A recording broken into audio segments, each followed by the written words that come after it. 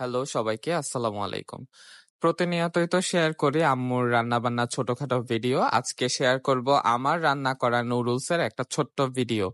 আমি কোনো কিছু রান্না করতে না পারলেও এই নুডলসটা একটু ভালোভাবেই রান্না করতে পারি। এই কারণে আসলে এই ভিডিওটা শেয়ার করা। তো প্রথমে আমি এখানে সসেজ সাথে টমেটো, পেঁয়াজ এগুলা কেটে নিয়েছিলাম। এখন একটা প্যানে সামান্য তেল দিয়ে এখানে অ্যাড করে দিব পেঁয়াজগুলো। পেঁয়াজের সাথে এখন অ্যাড করে দিব সসেজগুলো। সসেজগুলো একটু ভালোভাবে আসলে ফ্রাই করে নিতে হবে পেঁয়াজের সাথে, যাতে এটার আলাদা একটা স্মেল থাকে, স্মেলটা যেন চলে যায়। তো এখানে অ্যাড করে দিলাম আমি অল্প পরিমাণে স্বাদ মতো লবণ। লবণটা অ্যাড করার পরে আমি এখানে অ্যাড করে দিব অল্প পাপরিকার গুঁড়া। পাপরিকাটা আসলে টেস্টের জন্যও দেওয়া হয়, তারপরে এটার একটা সুন্দর ঘ্রাণ আছে, প্লাস এটা একটা কালারও নিয়ে আসে, একটু ঝাল ঝাল ফ্লেভারও হয়।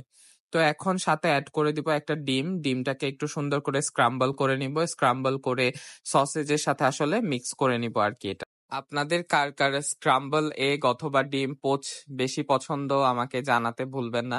আমার তো ডিম পোচের থেকে স্ক্রাম্বল এগটাই বেশি মজা লাগে, আমি জানি না কেন।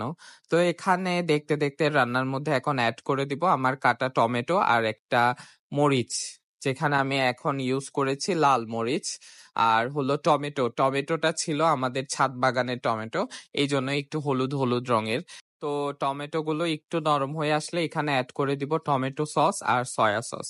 এই দুটা অ্যাড করে এখন একটু ভালোভাবে মিক্স করে নিব। মিক্স করার পরে এখন নুডলস এর সাথে যে আলাদা একটা টেস্ট মেকার থাকে, সেই টেস্ট মেকারটা দিয়ে এটাকে একটু ভালো করে নেড়ে চেড়ে নিয়ে সাথে অ্যাড করে দিব সিদ্ধ নুডলস গুলো।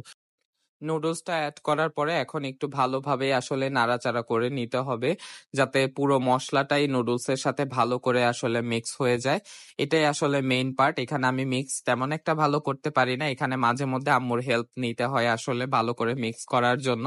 তো এখন নামানোর আগে এখানে আমি অ্যাড করে দিব অল্প পরিমাণে অরিগেনো। অরিগেনোটা দিলে আসলে আলাদা একটা পাস্তাতে বা পিৎজাতে যেমন একটা আলাদা ফ্লেভার আসে, সেরকমই নুডলস অ্যাড করলেও একটা সুন্দর একটা ফ্লেভার আসে।